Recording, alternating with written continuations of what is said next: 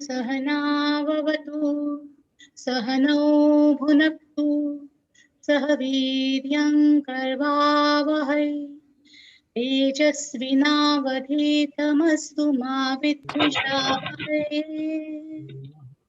ॐ शान्ति शान्तिः।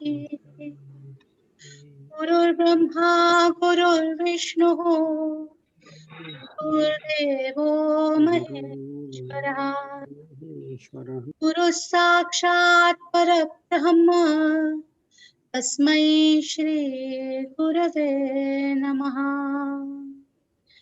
अलंकापुरी पुण्यभूमि पवित्र तिथेनानृतो ज्ञानराजा सुपात्र तयाठवीता महापुण्यराशी नमस्कार माझा सद्गुरु ज्ञानेश्वरासी।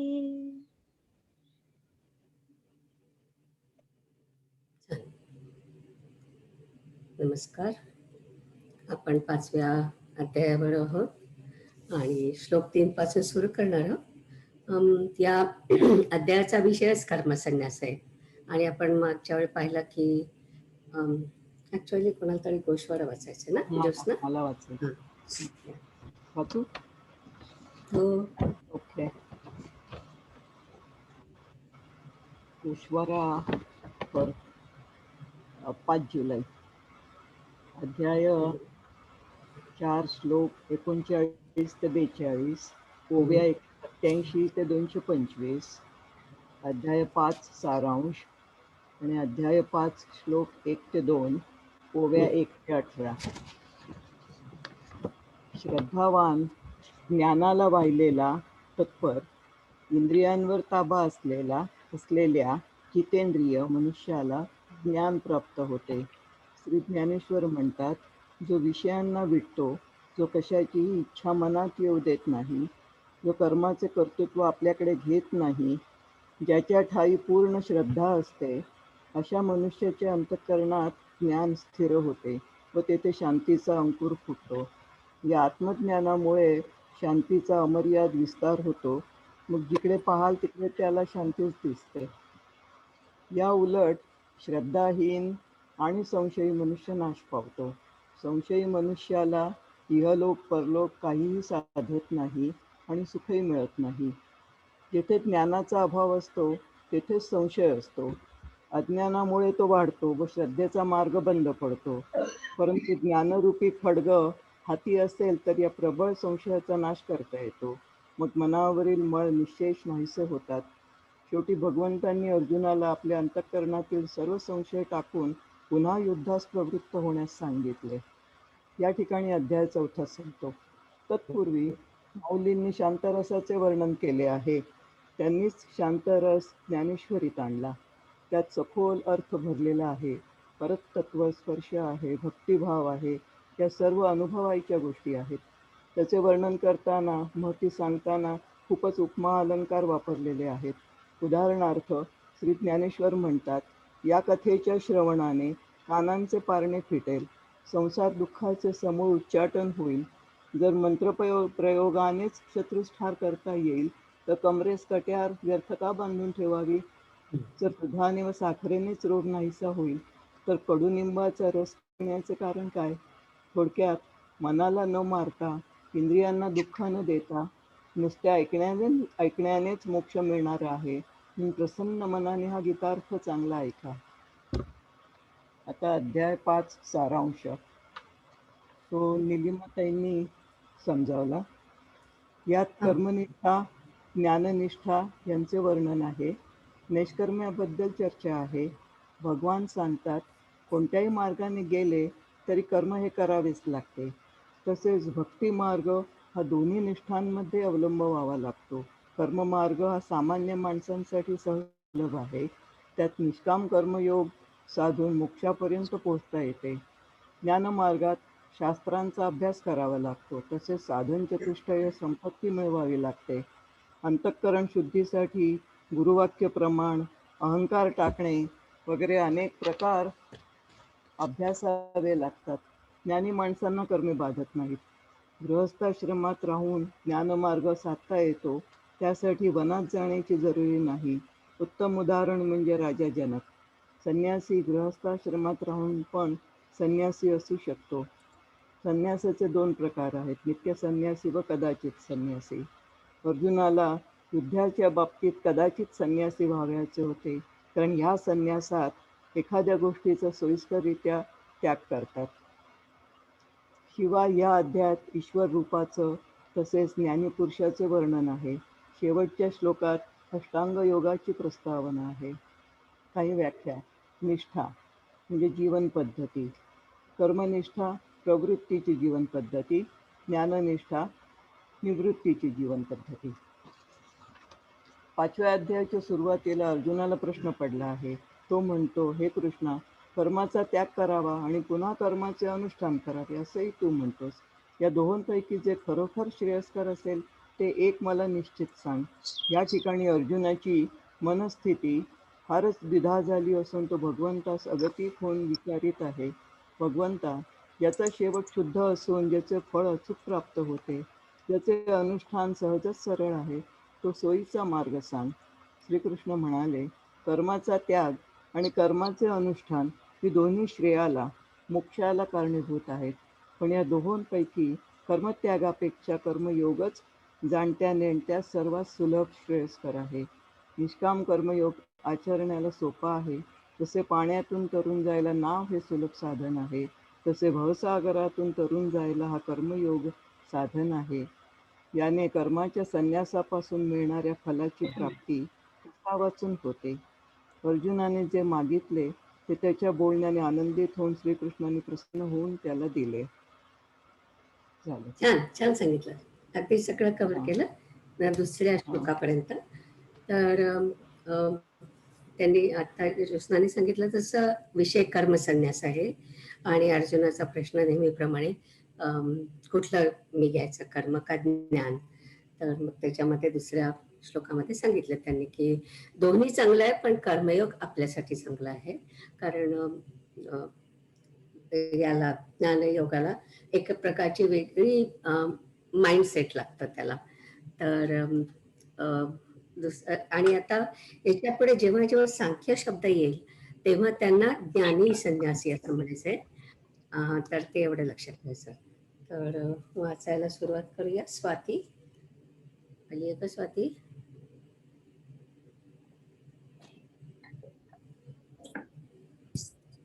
मला दिसली तर नाही.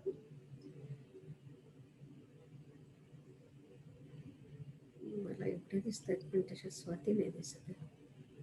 हॅलो,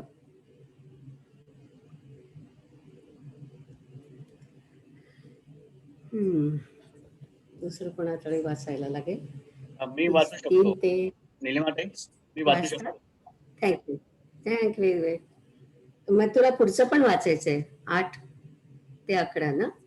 नाही, मी वाचू राजीव. शकतो. मी राजीव म्हटलं. अच्छा, राजीव. सॉरी. हा, ओके ओके. मला वाटलं विवेकचं पण लागलं होतं. ओके, वाचा तुम्ही वाचा. थँक्यू. हा गीतेतला श्लोक वाचतोय आता.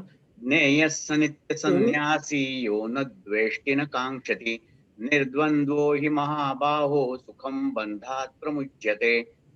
हे महाबाहो अर्जुना, तो कोणाचा द्वेष करीत नाही व कशाची इच्छा करीत नाही असा कर्मयोगी नित्य संन्यासीत जाणावा.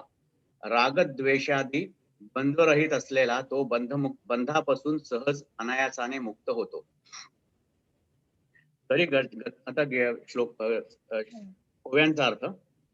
तरी गतगोष्टींची जो आठवण करीत नाही, काही मिळाले नाही तर त्यांची इच्छा धरीत नाही, जो मेरू पर्वताप्रमाणे अंतःकरणात अगदी अचल असतो आणि ज्याच्या अंतःकरणामध्ये मी आणि माझे यांचे स्मरणच राहिले नाही, अर्जुना, तो सदोदित संन्यासीच आहे असे तू समज. त्याच्या मनाची अशी तयारी झाली त्याला संगत सोडून जातात, म्हणून त्याला शाश्वत सुखाची अनायासे प्राप्ती होते. अशा स्थितीत घर वगैरे सर्वांचा त्याग करण्याची काही जरुरी नाही, कारण त्यांची आसक्ती घेणारे जे मन तेच स्वभावतः निस्संग झाले आहे. म्हणून पहा, विस्तव विझून गेल्यावर मग तो राखेचा ढेपसा शिल्लक राहतो. तेव्हा त्याला कापसामध्ये देखील ज्याप्रमाणे गुंडाळून ठेवता येते त्याप्रमाणे ज्याच्या बुद्धीत संकल्प नाही तो उपाधीत असून सुद्धा कर्मबंधात सापडत नाही. म्हणून ज्या वेळेला कल्पना सुटते त्याच वेळेला संन्यास घडतो. म्हणून कर्मसन्यास आणि कर्मयोग हे दोन्ही सारखे आहेत. तरी गेलियाची से न करी न पवता चाड धरी जो सुनिश्चळो अंतरी मेरू जैसा. काय सुनिश्चळो अंतरी मेरू जैसा. आणि मी माझे ऐसी आठवण विसरले जयाचे अंतःकरण. पार्था तो संन्यासी जाण निरंतर जो मने ऐसा जाहला संगीतोची सांडिला. म्हणून सुखे सुख पावला अखंडित. आता गृहाधिक आघवे ते काही नलगे त्याजावे. जे घेते जाहले स्वभावे निसंगू म्हणूनी. देखे अग्नी विझो निजाये मग ते राखोंडी केवळू होये. ते कापुसे गिवसूये दिया परी. तैसा असने ती उपाधी असतेनी उपाधी. नाकळी जे जो करतो कर्मबंधी. जयाची बुद्धी संकल्पू नाही. म्हणून कल्पना जय सांडे त्यांची गा संन्यासू घडे. या कारणे दोन्ही चांगडे संन्यास योगू. पुढचं पण वाचा आणि मग मी बोलतो. पुढचं वाचा. सांख्य योग बाला प्रवदन्ति न पंडिताः. एकमप्यास्थितः सम्यक् विंदते फलम. सांख्य व कर्मयोग भिन्न फल देणारे आहेत असे अज्ञ बोलतात, ज्ञानी बोलत नाहीत. सांख्य आणि कर्मयोग यापैकी एकाचे जरी योग्य अनुष्ठान केले तरी ते करणाराला दोहोंचेही फल म्हणजे मोक्ष प्राप्त होते. एरवी तरी अर्जुना, जे पूर्णपणे अज्ञानी आहेत ते सांख्ययोग आणि कर्मयोग यातील भेद कसे जाणू शकतील? ते स्वभावतःच मूर्ख असतात, म्हणून या दोन मार्गांना भिन्न समजतात. एरवी प्रत्येक दिव्याचे प्रकाश काय निराळे आहेत. एकाचेच चांगले आचरण करून ज्यांनी पूर्ण रीतीने तत्वाचा अनुभव घेतला ते दोन्हीही मार्ग एकच आहेत असे समजतात. एरवी तरी पार्था, जे मूर्ख होती सर्वथा ते सांख्य कर्म संस्था जाणती केवी. सहजे ते अज्ञान म्हणून म्हणती हे भिन्न. एरवी दीपा प्रती काही आनान प्रकाशु आहाती. पै सम्यक एके अनुभवे दिही देखिले तत्व आघवे. ते दोन्ही तेही ऐक्य भावे मानिती गा. यत् सांख्य प्राप्यते. एक मिनिट थांबायचे. तर याच्यामध्ये त्यांनी म्हटलं की जो कर्मयोगी कोणाचा द्वेष करत नाही आणि कशाची इच्छा करत नाही, म्हणजे मी माझं असं करत ममकार टाकतो, तो कर्मयोगी गृहस्थाश्रमी असला तरी पण तो नित्य संन्यासी असं समजावं. आणि हे महत्वाचं आहे, कारण की आता बऱ्याच ठिकाणी पुढे त्यांनी गृहस्थ संन्यासी आणि ज्ञान संन्यासी असे दोन भाग केलेले आहेत. तर पुढच्या श्लोकामध्ये त्यांनी सांगितलं की सांख्य म्हणजेच ज्ञानयोग आणि कर्मयोग हे दोन्ही सारखेच फल देतात. ज्ञानी संन्यासी साठी त्यांनी सांख्य शब्द वापरलाय. तर पण हा संन्यास घ्यायला एक वेगळी मनोवृत्ती लागते, आपण मगाशी म्हटलं तसं.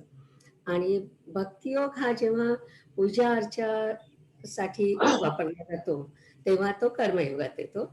आणि जेव्हा भक्ती ही शास्त्रातील अभ्यास करण्यासाठी वापरली जाते तेव्हा ती ज्ञानयोगात येते.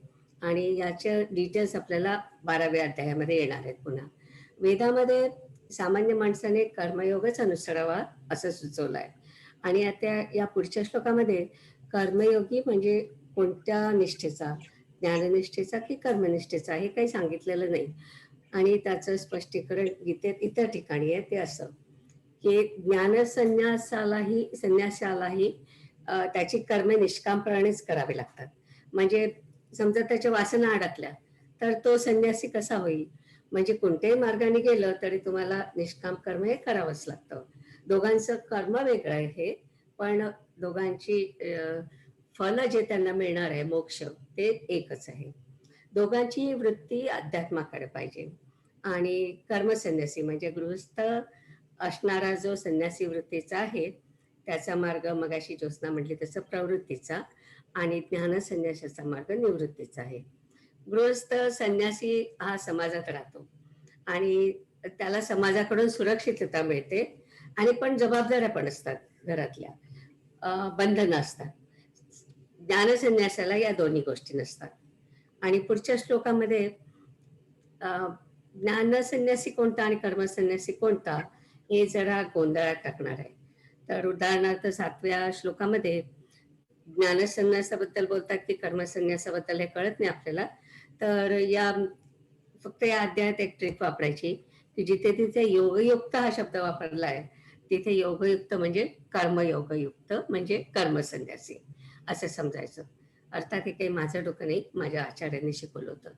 तर जिथे तिथे आपल्याला योगयुक्त शब्द दिसेल तिथे आपण धरायचं की ते कर्मसन्यासाबद्दल आहे. तर आता आपण पुढचं वाचूया. चालेल. 5वा श्लोक.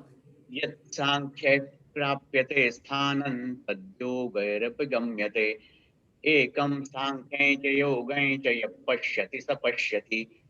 सांख्य मार्गाने जाणाऱ्यांना जे मोक्षरूपी स्थान प्राप्त होते तेच निष्काम कर्मयोगाचे अनुष्ठान करणाऱ्यांनाही प्राप्त होते. सांख्ययोग आणि कर्मयोग हे एकच आहेत असे जाणणारा खरा ज्ञाता होय. आता ओव्यांचा अर्थ. आणि सांख्य मार्गाने जे मिळते तेच योगाने प्राप्त होते, म्हणून अशा रीतीने या दोन मार्गात सहजच ऐक्य आहे. पहा, आकाश आणि पोकळी यांच्यामध्ये ज्याप्रमाणे भिन्नता नाही त्याप्रमाणे कर्मयोग आणि सांख्ययोग यांची एकता ज्याला पटलेली असते, ज्याला सांख्य आणि कर्मयोग अभिन्नतेने पटले त्याला जगात उजाडले म्हणजे ज्ञानप्राप्ती झाली व त्यानेच आत्मस्वरूप पाहिले. आता ओव्या वाचतो.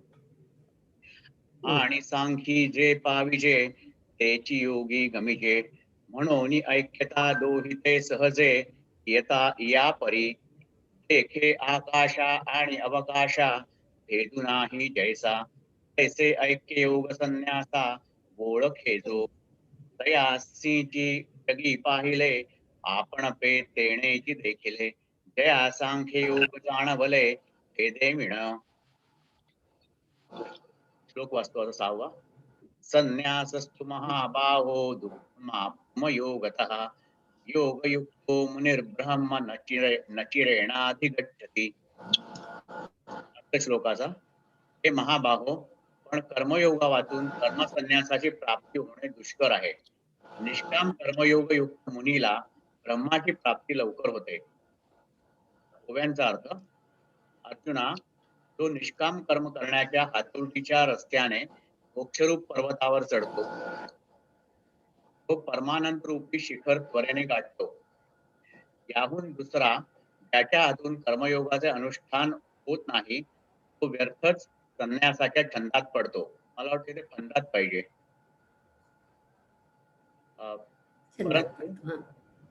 परंतु त्याला संन्यासाची प्राप्ती केव्हाच घडत नाही. आता ओव्या. जो युक्त पंथे पार्था चढे मोक्ष पर्वता. चढे मोक्ष पर्वता तो महासुखाचा निमथा पाहिला पाहिले.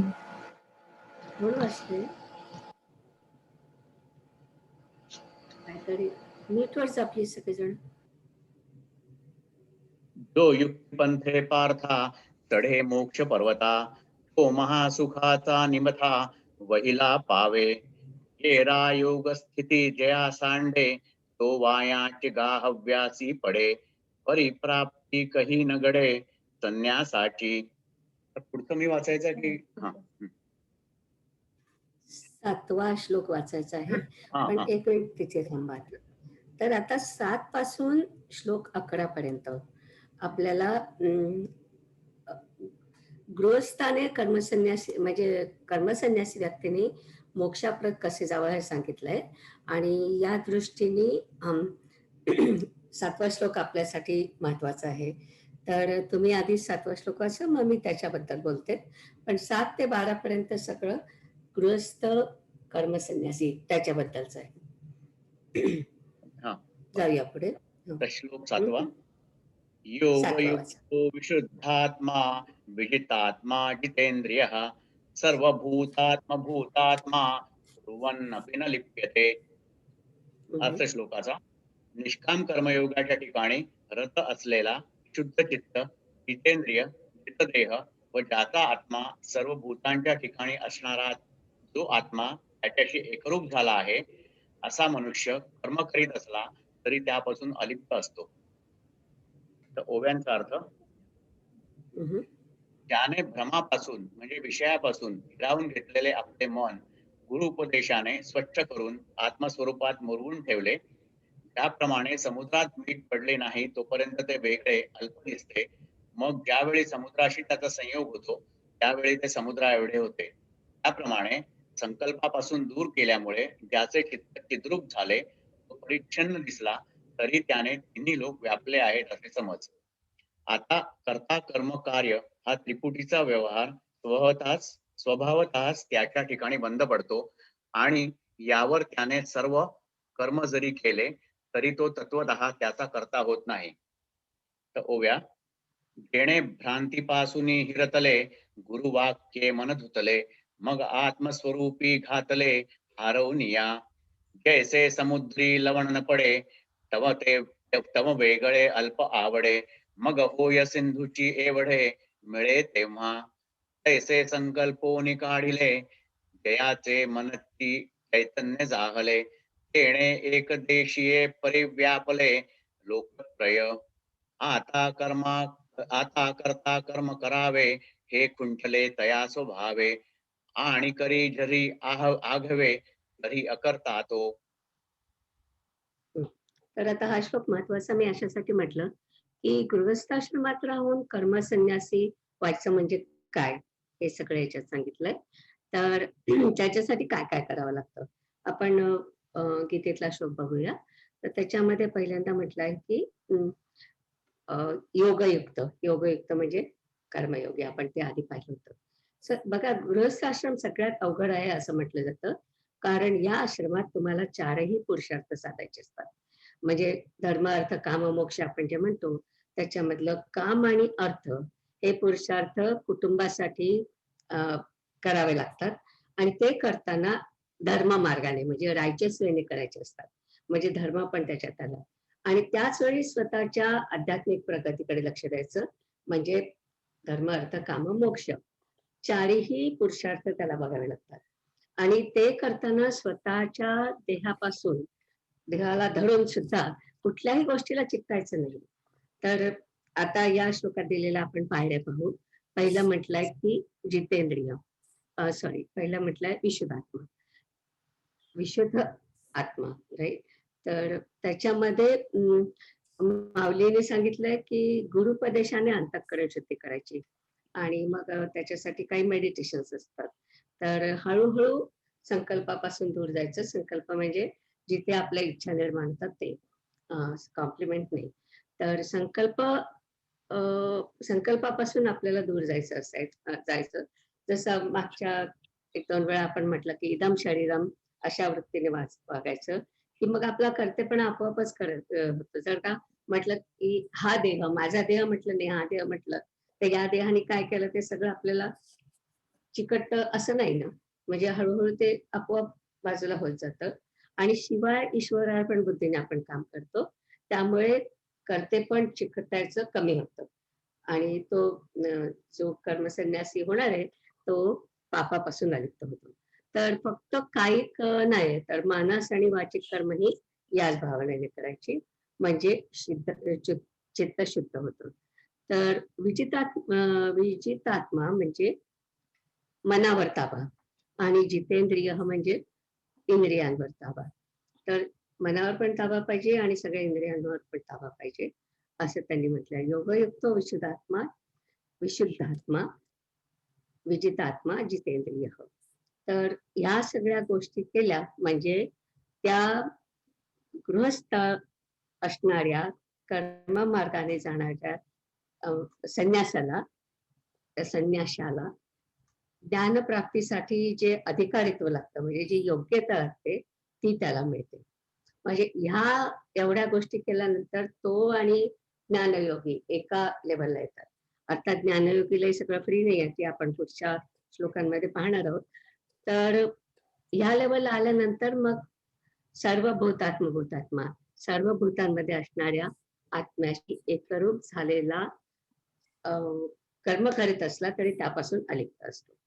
आणि 10व्या श्लोकामध्ये मग त्यांनी म्हटलंय की संगम त्याग, आसक्ती, अटॅचमेंट, ईश्वरार्पण बुद्धीने काम करायचं म्हणजे मग ते अटॅचमेंट हळूहळू कमी होतं.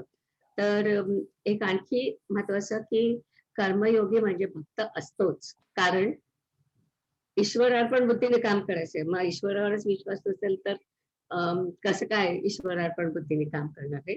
आणि भक्तीची व्याख्या 10व्या अध्यायाच्या 8व्या श्लोकात दिलेली आहे. ती म्हणजे शंकर भाषेमध्ये दिलेली आहे.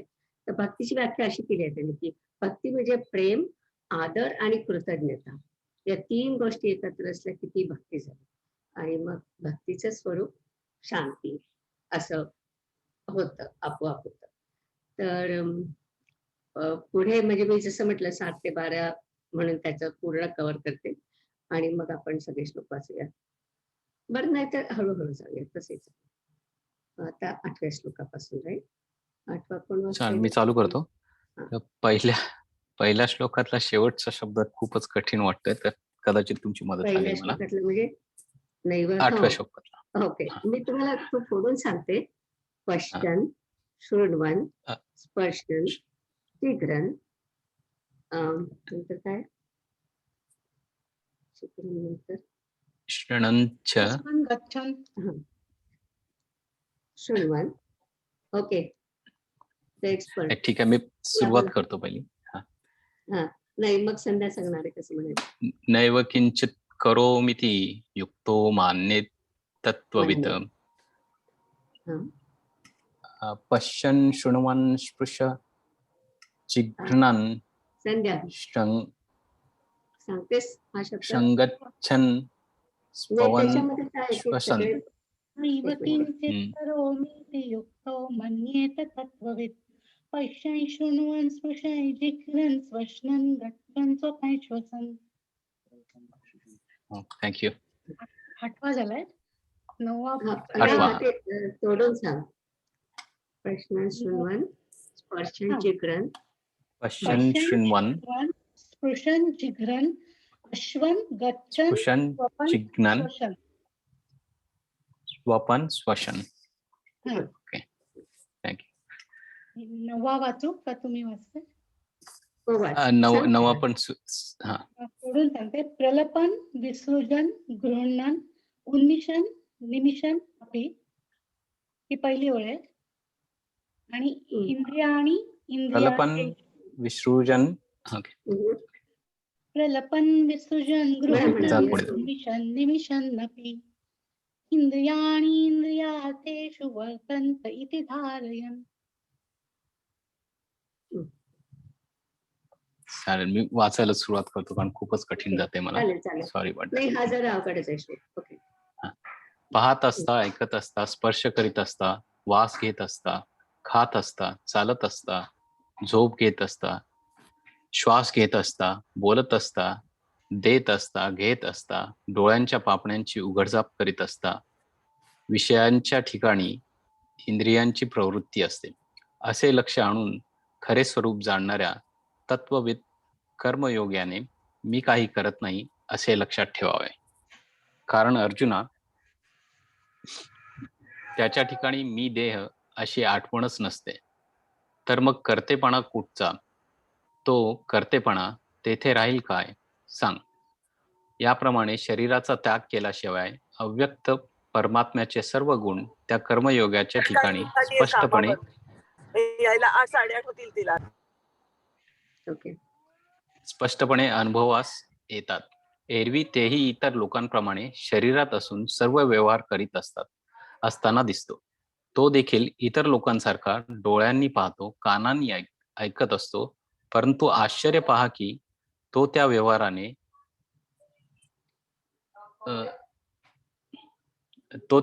मुळीच लिप्त होत नाही. तो इतरांसारखा स्पर्शासही समजतो, नाकाने गंधाचा अनुभव घेतो व समयोचित बोलण्याचा व्यवहारही त्याच्याकडून होतो. आहाराचे सेवन करतो, टाकावयाचे ते टाकतो व झोपायच्या वेळेला सुखाने झोप घेतो. तो आपल्या इच्छेनुसार चालताना दिसतो. असे तो सर्व कर्माचे खरोखर आचरण करतो. हे एक एक काय सांगावे. पहा, श्वास घेणे व सोडणे आणि पापण्यांची उघडझाप करणे इत्यादी कर्मे. अर्जुना पहा, त्याच्या ठिकाणी ही सर्वच असतात असे समज. परंतु तो आपल्या अनुभवाच्या सामर्थ्यावर यांच्या करता मुळीच होत नाही. ज्या वेळेला तो यांचा करता मुळीच होत नाही. ज्या वेळेला तो भ्रांतिरूप अंथरुणावर झोपला होता, त्यावेळी स्वप्नाच्या सुखाने घेरला होता. मग तो ज्ञानाचा उदय झाल्यावर तो जागा झाला, म्हणून तो आपल्याला करता समजत नाही.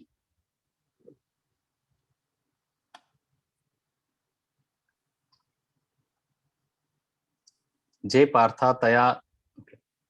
पार्था तया देही मी ऐसा आठवू नाही, तरी कर्तृत्व कैचे काही उरे सांगे.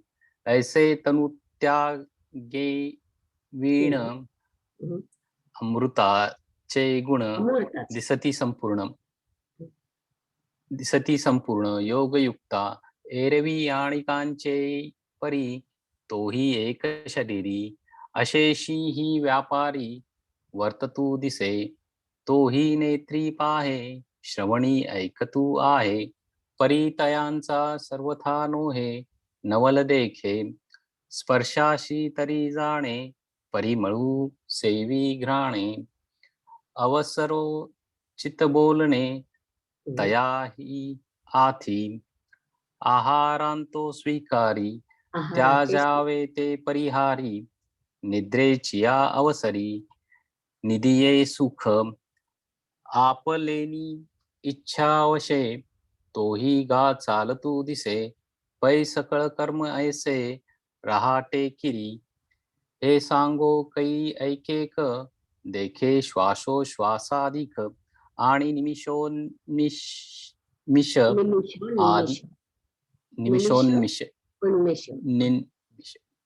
आदी करुनी पार्था तयाच्या ठाई. हे आवघेची आथी पाही, परितो करता नवे काही प्रतितिंबळे. जय भ्रांती सेजे सुतला, तै स्वप्न सुखे भूतला. मग तो ज्ञानोदयीचे इला, म्हणून या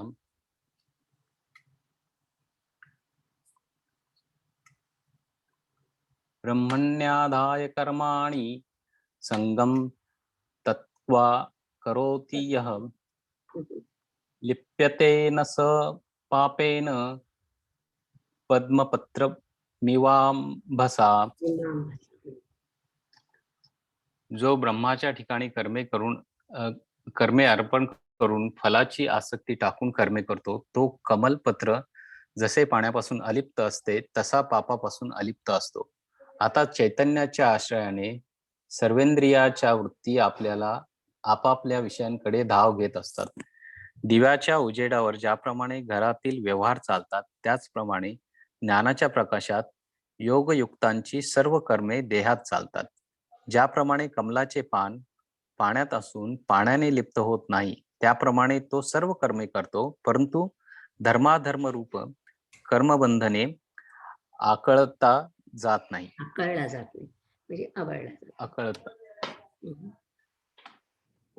आता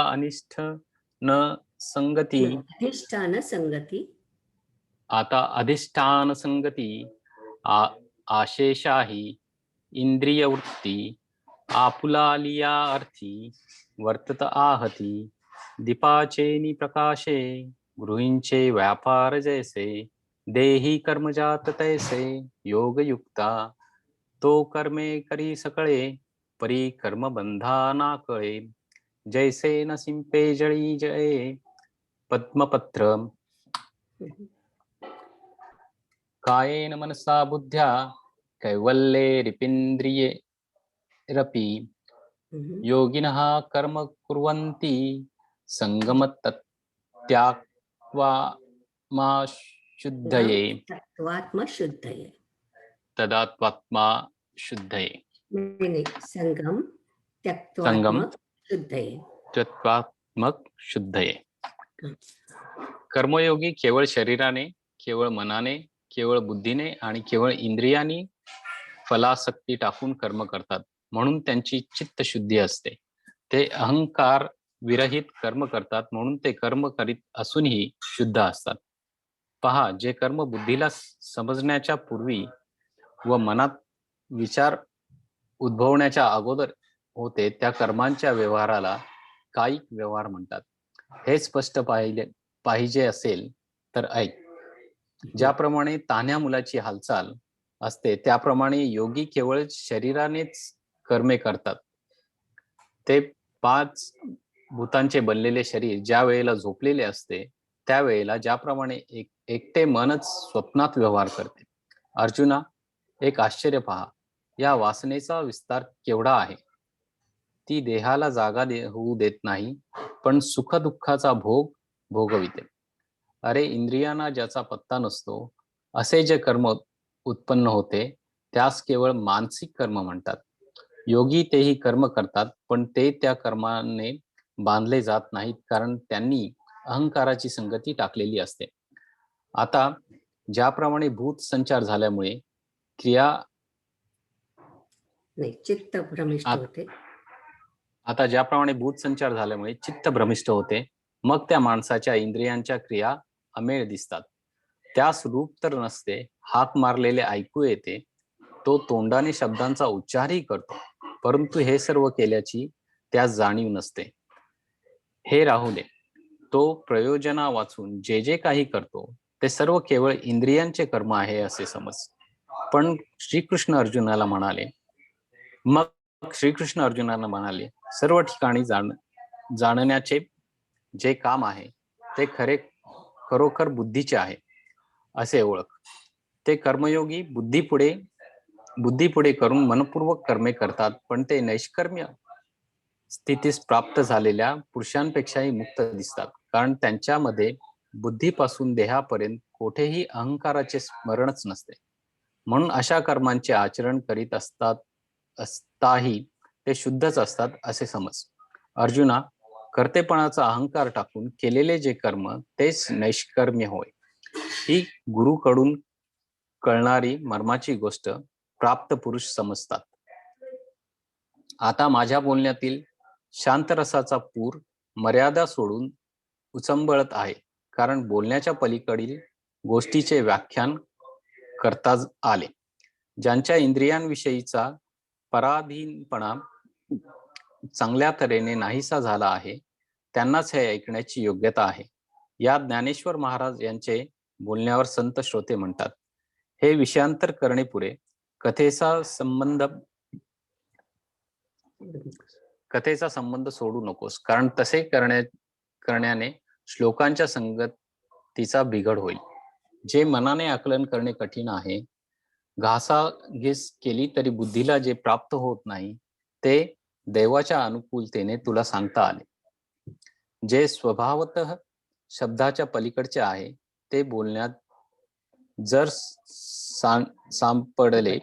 सापडले तर इतरांचे काय प्रयोजन. तेव्हा तू श्रीकृष्णार्जुन संवादाची चाललेली कथा सांग.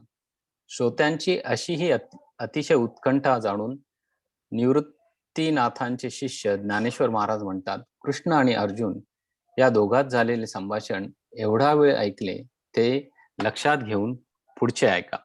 मग श्रीकृष्ण अर्जुनाला म्हणाले, आता तुला कृतकृत्य झालेल्या पुरुषांचे चिन्ह संपूर्ण सांगेन, तू चांगले लक्ष दे. देखे बुद्धीची भाषा निजे, मनाचा अंकुर नुदैजे, ऐसा व्यापारू तो बोलिजे, शारीरुगा हेच मराठे परियेशी, तरी बाळकाची चेष्टा जैशी, योगिये कर्मे करीती तैशी, केवळा तनू मग पांच भौतिक सांचले, जेव्हा शरीर आले निदेले, तेथ मनाची राहटे ऐकले, स्वप्नी जेवी नवल ऐके धनुर्धरा कैसा वासनेचा संसारा देहो नेदी उजगरा परी सुख दुःखे भोगी इंद्रियांची गावी नेणिजे ऐसा व्यापारू जो निपजे तो केवळ गा म्हणजे माणसाचा योगी एक तोही करीती परी कर्मे तेने न बंधी जती जे सांडली आहे संगती अहम भावाची आता जहालिया भ्रमहत जैसे पिशाचाचे चित्त मग इंद्रियाचे चेष्टित विकळू दिसे स्वरूप तरी देखे आळविले आईके शब्दू बोले मुखे परिज्ञान नाही हे असे असो काजे विण जे जे काही कारण ते केवळ धर्म जाण इंद्रियांचे मग सर्वत्र जे जाणते ते बुद्धीचे कर्म निरुते ओळख अर्जुना ते म्हणे हरी ते बुद्धी दुरे करुनी कर्म करीती चित्त देऊनी परिते नैष्कर्म्यापासूनी मुक्त दिसती जे बुद्धीचे ठाऊनी देही तया अहंकाराची सेची नाही म्हणून कर्मेची करिता पाही चोखाळले अगा करे ते न विण कर्म तेची ते निष्कर्म हे जाणती सवर्मम गुरु गम्यजे आता शांत रसाचे भरिते सांडित आहे पात्रते जे बोलणे बोला परेते पात्रते सांडित आहे पात्राते ओके जे बोलणे बोला परवते बोलवले इथ इंद्रियांचा पांगू जया पिटला आहे चांगू तयासीची आथी लागू परिसावया हा असे अति प्रसंगू न सांडीपा अथा लागू होईल श्लोक संगती भंगू म्हणूनिया जे मना आकळिता कुवाडे घागू सिंता बुद्धी ना तुडे तै देवाचिने सुरवाडे सांगवले तुझ जे शब्दातीत स्वभावे ते बोलीची जरी फावे तरी आणिके काय करावे सांगे कथा हा अतिर्विशेषू श्रोत यांचा जाणे निदास निवृत्ताचा म्हणे संवादू तया दोघांचा परीसोनी परीसा मग कृष्ण म्हणे पार्था ते आता प्रपंचे चिन्ह पुरते प्राप्ताचे आता प्राप्ताचे चिन्ह पुरते सांगेन तुझ निरुद्धे चित्त देई. Very good. पहिल्यांदाच वाचलं, छान वाचलं. थोडासा आणखीन प्रॅक्टिस थँक्स फॉर अंडरस्टँडिंग. हो ना. नाही 12व मला वाटतं मीना वाचते, पण आता मी थोडस मध्ये बोलते. तर 11व्यामध्ये त्यांनी सांगितलं की कायावाच्या मना इंद्रिय यांची आसक्ती टाकून कर्म करायचे आणि इंद्रियांवर संयम पाहिजे. आणि इथे नैष्कर्म्याची व्याख्या त्यांनी दिली आहे की कर्तेपणाचा अहंकार टाकून केलेलं कर्म ते नैष्कर्म्य, असं त्यांनी ज्ञानेश्वर माऊलींनी इथे आपल्याला व्याख्या दिलेली आहे. आणि एक नैष्ठी किंवा जो शब्दाला आहे त्याचा अर्थ कर्मयोगाच्या निष्ठेमधून मिळणारी शांती श्लोकामध्ये शब्द येतो. तर मला वाटतं एवढंच आहे. आणि ओके, आता आपण 12व्या श्लोकाकडे वळू. मीना आलीस का? गुड. युक्तः कर्मफलं त्यक्त्वा शान्तिमाप्नोति नैष्ठिकीम् अयुक्तः कामकारेण फले सक्तो निबध्यते. कर्म करणारा योगी कर्मफलाचा त्याग करून अत्यंत श्रेष्ठ अशी शांती म्हणजे मोक्ष मिळवतो. कर्मयोगाच्या ठिकाणी अयुक्त असलेला व फलाच्या ठिकाणी आसक्त असलेला मनुष्य कामाच्या योगाने प्रेरित झाल्यामुळे बंधन पावतो. तरी या जगात ज्ञानयोगाने जो संपन्न झाला आहे आणि ज्याला कर्मफलाचा वीट आलेला आहे, त्याला घरात घुसून शांती वरते. अर्जुना, त्याहून दुसरा प्रपंची कर्माच्या बंधामुळे अभिलाषेच्या दाव्याने फलभोगाच्या खुंट्याला बांधला जातो. तरी आत्मयोगे आथिला जो कर्मफळांशी विटला, तो घर रिघोनी वरिला शांती जगी. येरू कर्म बंधे किरीटी अभिलाषाची या गाठी, कळासला खुंटी फळभोगाचा. सर्व कर्माणि मनसा संन्यस्यास्ते सुखम वशी, नवद्वारे पुरे देही नैव कुर्वन्न कारयन. सर्व कर्मांचा मनाने साक्षात नव्हे संन्यास करून जितेंद्रिय देहवान पुरुष नवद्वारांच्या या देहरूपी नगरात सर्व करूनही काही न करता व न करविता आनंदाने राहतो. फलाची इच्छा असलेल्या पुरुषाप्रमाणे तो सर्व कर्मे करतो आणि नंतर आपल्या हातून ती गोष्ट घडलीच नाही अशा अकर्तेपणाच्या समजुतीने जो त्याविषयी उदासीन राहतो, तो जिकडे पाहतो तिकडे सुखमय सृष्टी होते आणि तो जिथे सांगेल तेथे महाबोध नांदतो. 9 छिद्रांच्या देहामध्ये वागत असूनही त्याचे देहाशी तादात्म्य नसते. तो फलांचा त्याग करणारा कर्मे करीत असतानाही परिणामाच्या दृष्टीने पाहिले असता काहीच करत नाही. जैसा फळाची ये हावे ऐसे कर्म करी आघवे, मग न कीजेची येणे व्हावे उपेक्षिजो. तो जयाकडे वास पाहे तेवती सुखाची सृष्टी होये, तो म्हणे तेथ राहे महाबोधू. नवद्वारे देही तो असतुची परी नाही, करी तुची न करी काही फलत्यागी. न कर्तृत्वं न कर्माणि लोकस्य सृजति प्रभुः, न कर्म फल संयोगम स्वभावस्तु प्रवर्तते. सर्वेश्वर विश्वाची निर्मिती त्यातील व्यापार व त्या व्यापारांचा फलाशी संयोग यापैकी काहीही उत्पन्न करत नाही. हे सर्व स्वभावाने म्हणजे प्रकृतीकडूनच होत असते. ज्याप्रमाणे सर्वेश्वर जर पाहिला तर तो वस्तुतः क्रियाशून्य असतो, परंतु तोच तिन्ही लोकांच्या विस्ताराची रचना करतो आणि त्यास कर्ता असे म्हणावे तर तो कोणत्याही कर्माने लिप्त होत नाही, कारण त्याच्या ठिकाणी असणाऱ्या उदासीनतेचा कोणताही अवयव अशुद्ध होत नाही, म्हणजे त्याची उदासीनता किंचितही बिघडत नाही. त्याच्या सहज स्थितीचा तर भंग होत नाही व त्याचा अकर्तेपणा सोडवटत नाही. असे असूनही तो महाभूतांचे अनेक समुदाय चांगल्या तऱ्हेने उत्पन्न करतो. तो जगातील सर्व प्राण्यांना व्यापून असतो, परंतु केव्हाही कोणाची आसक्ती धरीत नाही. हे जग उत्पन्न होते व नाहीसे होते याची त्यास खबरही नसते. जैसा का सर्वेश्वरू पाहिजे तव निर्व्यापारू, परी तोची रची विस्तारू त्रिभुवनाचा.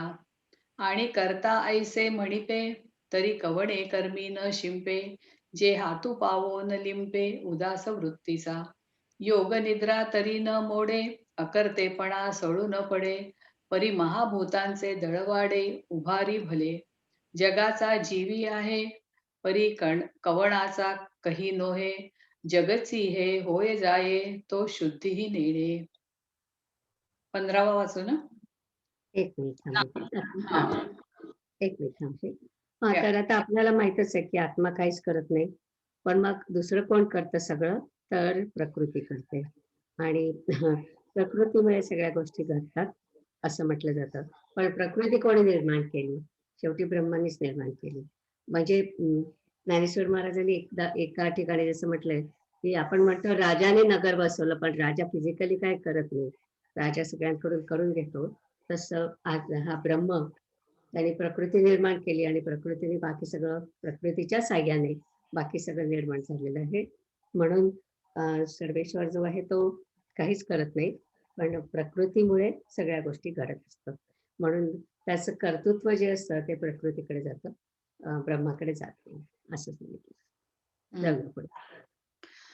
नादत्ते कस्यचित् पापं न चैव सुकृतं विभुः अज्ञानेनावृतं ज्ञानं तेन मुह्यन्ति जन्तवः.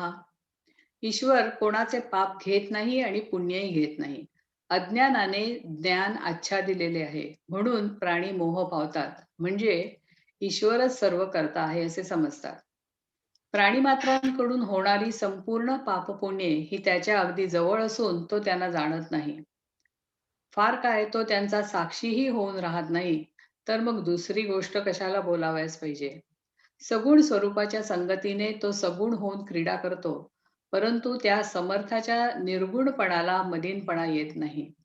तो उत्पन्न करतो, पालन करतो व संहार करतो, असे त्याच्या कर्तृत्वाविषयी सर्व लोकात वर्णन होते. अर्जुना ऐक, ते केवळ अज्ञान आहे.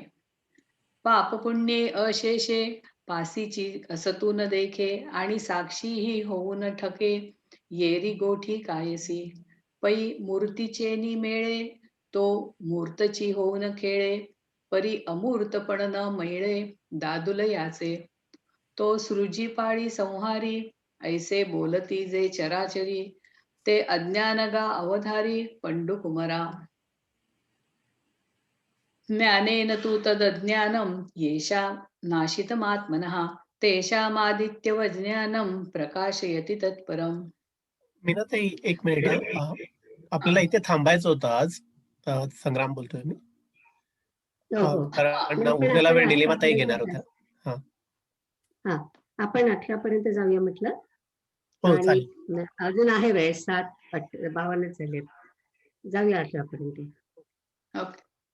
हम्म. पण ज्यांचे ते अज्ञान परमात्म्याच्या ज्ञानाने नाश पावले आहे, त्यांना ते ज्ञान सर्व वस्तूंच्या ठिकाणी पर जी वस्तू तिचे सूर्याप्रमाणे प्रकाशमान करते. ते अज्ञान ज्या वेळेला संपूर्ण नाहीसे होते, त्यावेळेला भ्रांतिरूप काळजी दूर होते आणि मग ईश्वराचे अकर्तृत्व प्रतीतीला येते. आणि ईश्वर एक अकर्ता आहे असे जर चित्ताला पटले आणि मुळापासून स्वभावतः तोच म्हणजे ईश्वरच मी आहे, तर मीही उघडच अकर्ता आहे, अशा विचाराने चित्तात उदय केला असता त्याला तिन्ही लोकात भेद कशाचा. तो आपल्या अनुभवाने सर्व जगच मुक्त आहे असे पाहतो. ज्याप्रमाणे पूर्व दिशेच्या राजवाड्यात सूर्योदय रूपी दिवाळी झाली असता त्याच वेळेला दुसऱ्याही देशातील काळोख नाहीसा होतो. ते देशातील म्हटलं ना त्याच वेळेला दुसऱ्याही दिशातील काळोख नाहीसा होतो. ते अज्ञान जै समूळ तुटे तै भ्रांतीचे मसैरे फिटे मग अकर्तृत्व प्रकटे ईश्वराचे एथ ईश्वरू एकू अकर्ता ऐसे मानले जरी चित्ता तरी तोची मी हे स्वभावता आधीची आहे ऐसेनी विवेके उदो चित्ती तयासी भेदू कैसा त्रिजगती देखे आपुलिया प्रतीती जगची मुक्त जैसी पूर्व दिशेचा रावळी उदयाची सूर्य दिवाळी की येरी ही दिशा तिहेची काळी काळीमा नाही तद्बुद्धयत्तदात्मानं तन्निष्ठास्तत्परायणाः गच्छन्त्य पुनरावृत्तीं ज्ञाननिर्धूत कल्मषाः. ज्यांची बुद्धी परमब्रह्माच्या ठिकाणी रंगली आहे, ते परब्रह्मच ज्यांचा आत्मा आहे, त्याच्याच ठिकाणी ज्यांचा अभिनिवेश आहे, तेच आपण आहोत अशी भावना ज्यांची बुद्धी करत आहे आणि जे तत्परायण आहेत म्हणजे त्याचाच निजध्यास त्यांची बुद्धी करते, अशा रीतीने ज्ञानाच्या योगाने ज्यांचे दोष नाहीसे झाले आहेत त्यांना पुन्हा संसार म्हणजे जन्म मरण प्राप्त होत नाही.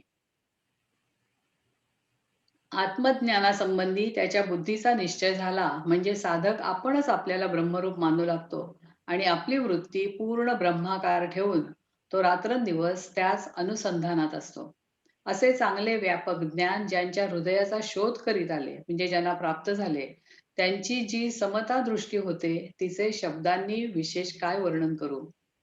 ते जसे आपल्यालाच ब्रह्मरूप पाहतात तसेच ते सर्व जगाला ब्रह्मरूप पाहतात.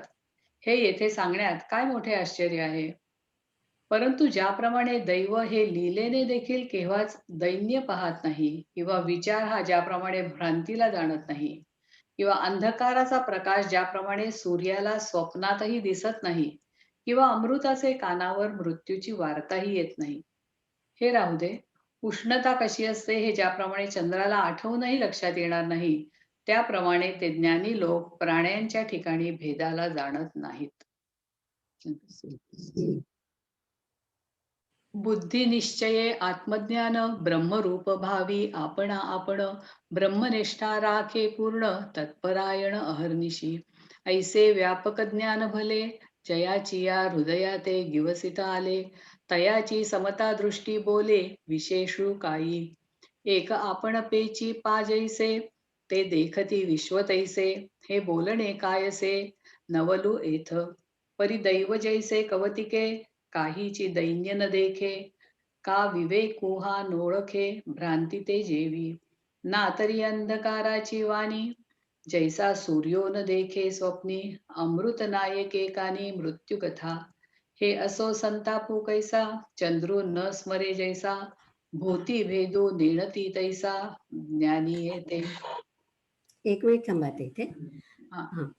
तर जेव्हा आपण म्हटलं की कर्मसन्यासी आणि ज्ञानसन्यासी दोघंही एका स्थितीत या स्थितीला आले की त्यांच्या पुढच्या पायऱ्या आपोआप घडत जातात. त्या कशा याच्यात या श्लोकामध्ये सांगितलंय की पहिलं म्हणजे मी ब्रह्म आहे, अहम ब्रह्मास्मी, आणि नंतर तोच आत्मा सर्वांमध्ये आहे, म्हणून त्यांची सर्वांशी सारखी वागणूक राहते. आणि नंतर कोणतेही काम मी करत नाही असा याचा अनुभव घेणं.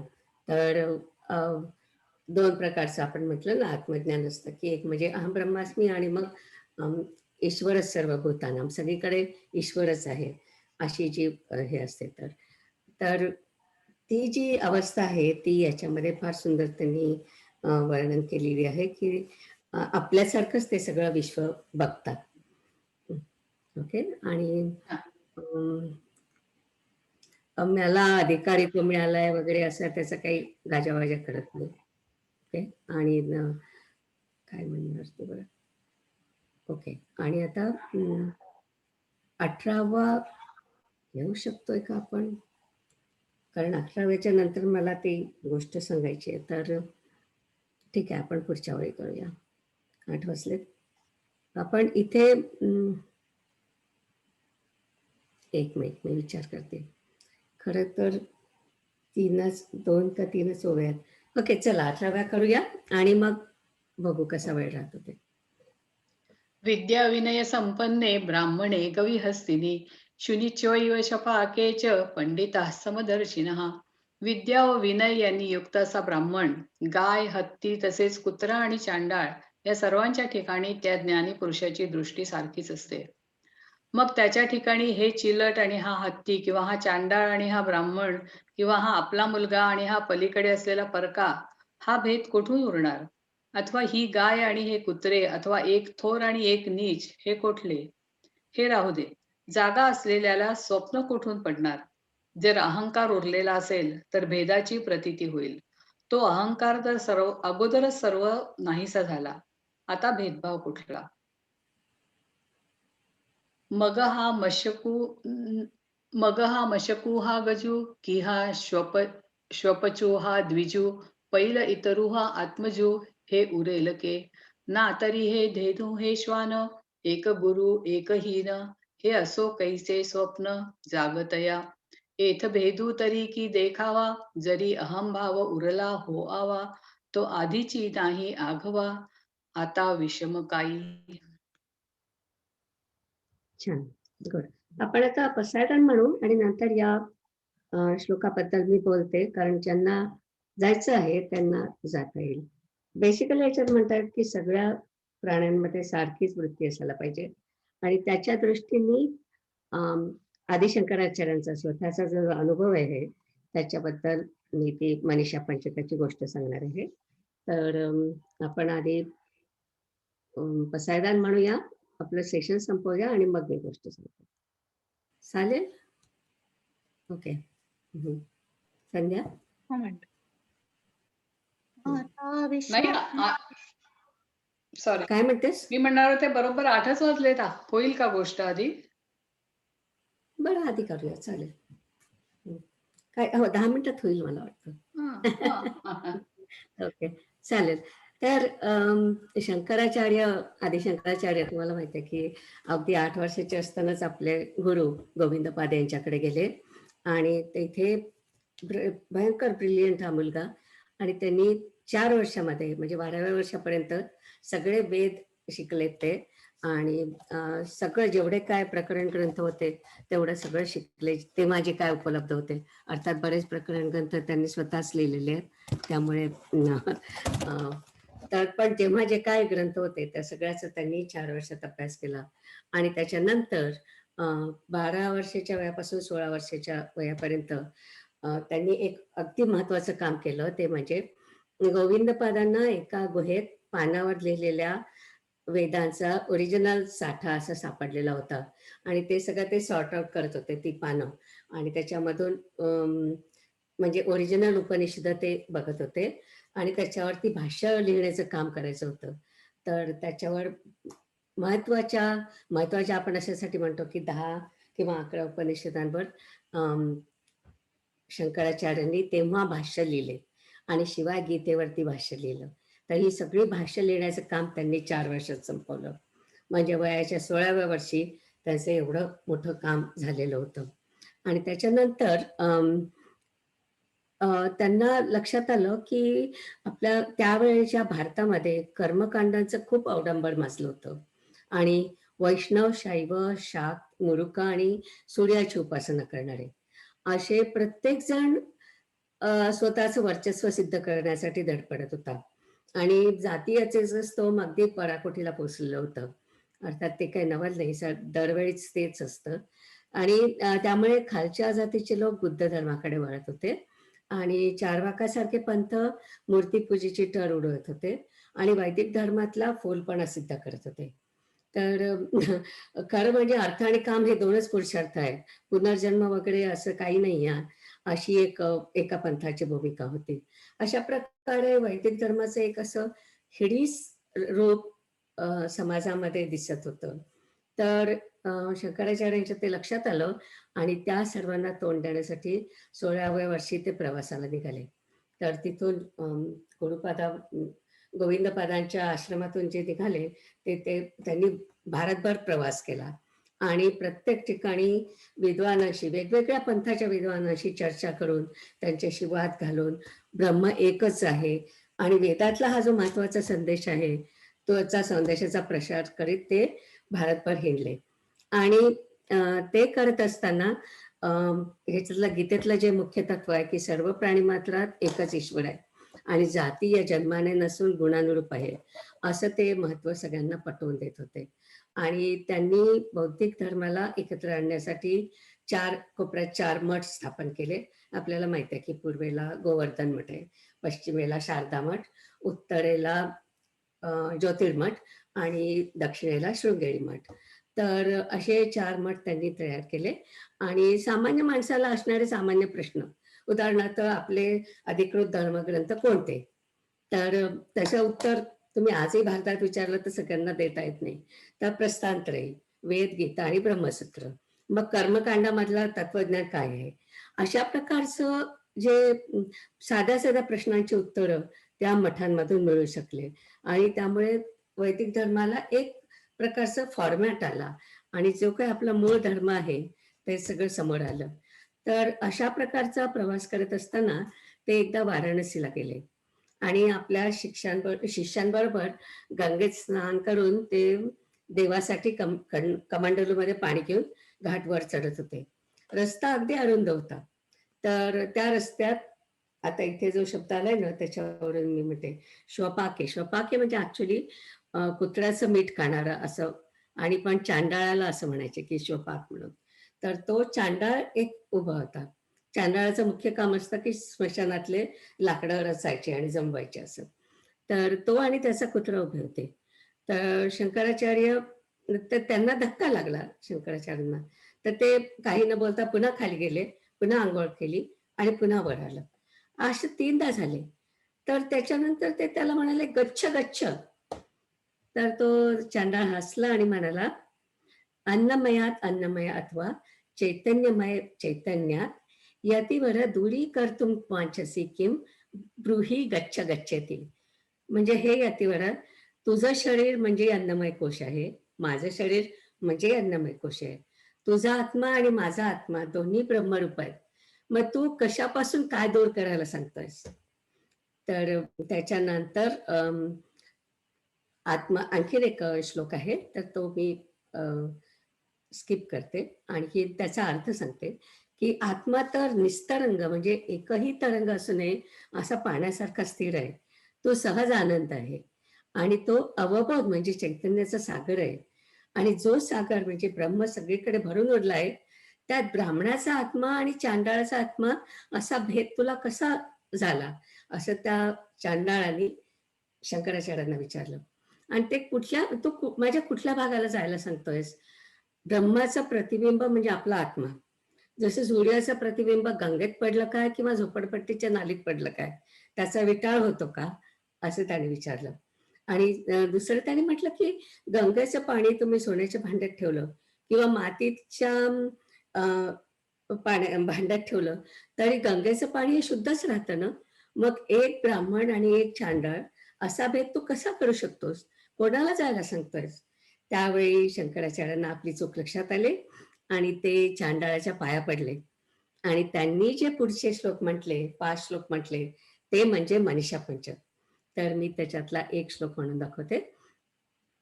फार सुंदर आहेत, सगळे श्लोक फार सुंदर आहेत, पण प्रज्ञानम ब्रह्म म्हणून त्यांनी ते सगळे श्लोक केले.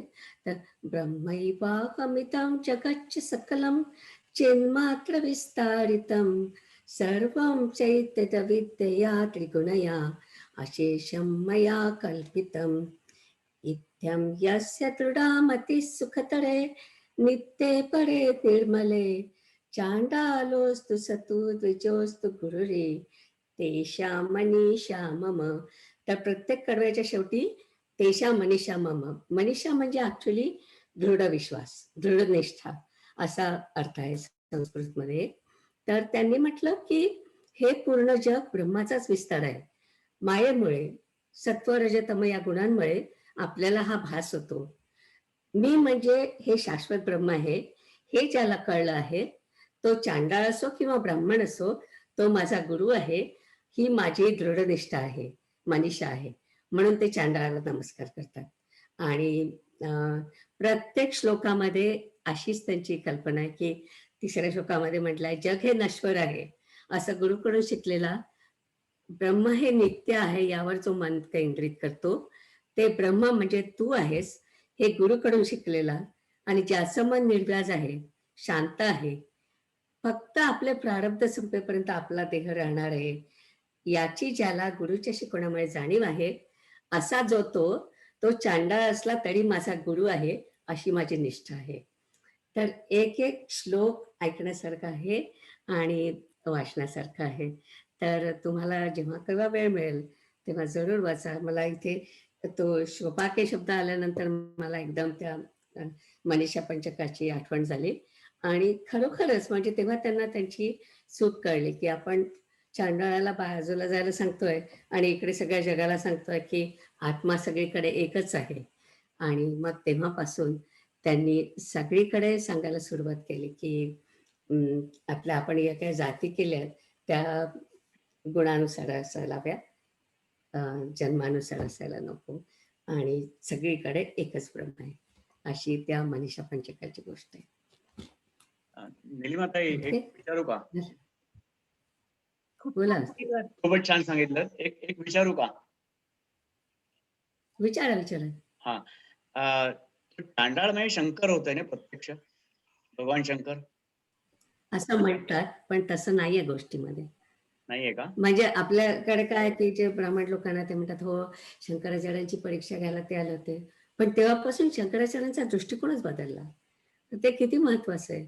आणि म्हणजे आता तुम्ही म्हणाल तर वेद शिकायला कुणालाही परवानगी आहे. म्हणजे जेव्हा आश्रमात आम्ही जातो तेव्हा ते विचारत नाही की तुमची कुठली जात आहे किंवा काही. ज्याला इच्छा असेल त्याला सगळ्यांना वेद शिकता येतात. तर ते काही लोक असं म्हणतात की शंकर त्यांची परीक्षा घ्यायला आले होते, पण परीक्षा घ्यायला आले असेल तरी ते पास झालेत आणि त्यांनी सांगितलं की तो चांडाळ असला तरी तो माझा गुरु आहे आणि हे महत्वाचं आहे.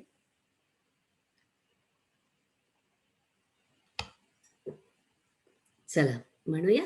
खूपच छान होतं. थँक्यू. हो म्हणते. छान होतं ते, खरंच छान होते. ऐकायला इतकं सुंदर वाटलं. हो ना.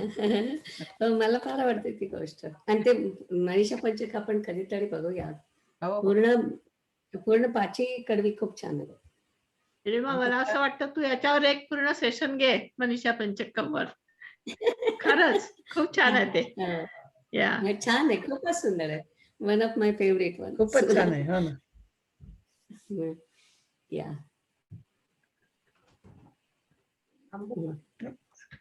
सायदान म्हणूया. हा. काय ते म्हण.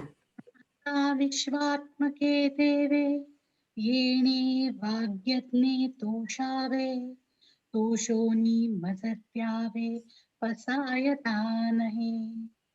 जे खळाची व्यंकटी सांडो तया सत्कर्मी रती वाढो. भूता परस्परे पडो मैत्र जीवाचे.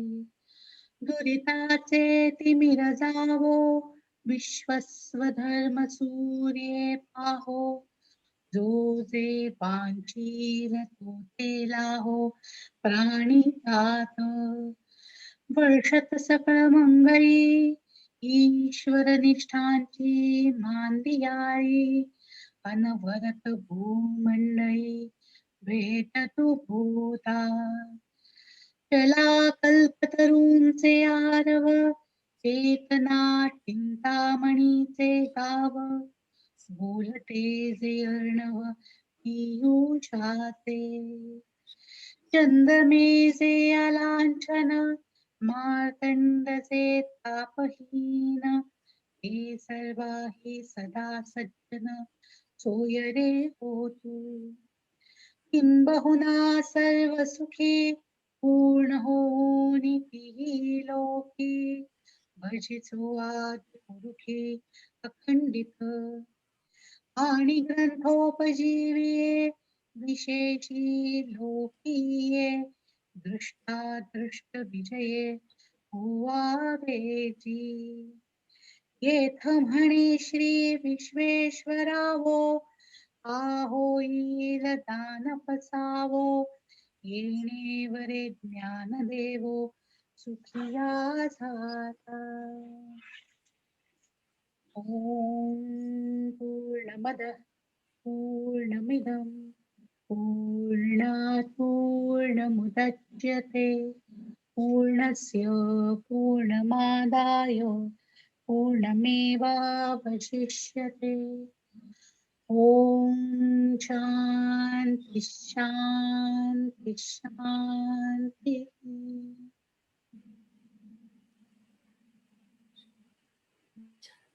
Very good. चला आणखी काय प्रश्न आहे का? काय म्हणताय शोभाताई? आज काही प्रश्न दिसत नाही. छान झालं सेशन. मस्त झालं, एकदम छान.